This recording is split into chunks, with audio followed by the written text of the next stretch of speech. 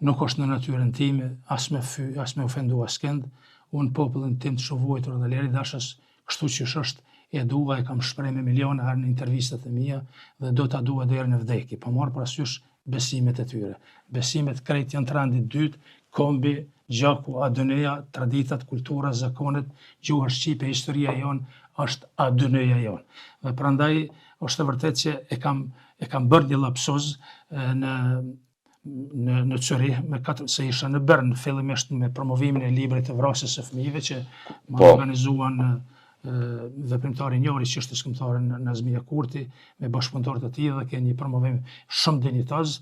Pastaj edhe në Zürich organizata Kushaveci ma organizuan një promovim shumë dinjitoz, por ja që edhe e bëra një lapsus dhe sinqerisht edhe para Zotit edhe para kombit tim kërkoj falje për atë shprehje që nuk është në natyrën time, që e kam thënë thjesht jam shpreh nga dhimbja dhe mlefi në kontekst të vrasjes së gjithë këtyre fëmijëve dhe nga dhimbja pse institucionet tona dhe sot 27 vite më parë nuk qenë në gjendje që këtyre fëmijëve 1432 sot e kësaj dite një obelisk të vetëm me u ngrit përballë aeroportit ndërkombëtar të Mjashari, kur ju e dini që e kam projektin me 10 vite prej kohës. Dhe prandaj në kontekst të kësaj politikanëve u thu fjalë shumë të rënda dhe nuk reagon kush, por duket që kjo preki.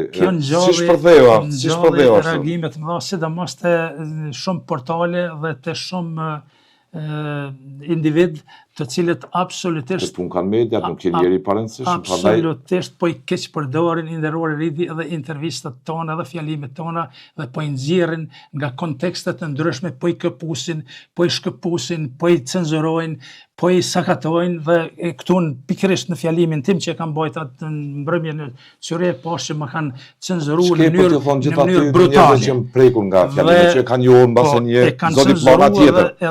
Edhe pash që edhe inteligjenca artificiale aty kanë diku që vetëm një fjalim i shkurtër i imi të nxjerret nga konteksti krejt i një teme që unë e kam pas për dhimbjen e fëmijëve tanë vrarë dhe prandaj kur kam thënë, kur e kam shpreh se shqiptarët po japin miliona për xhamiat hamam, kjo nuk ka qenë absolutisht qëllim as tendencë ime për ta fyer dhe ofenduar dikën në asnjë mënyrë.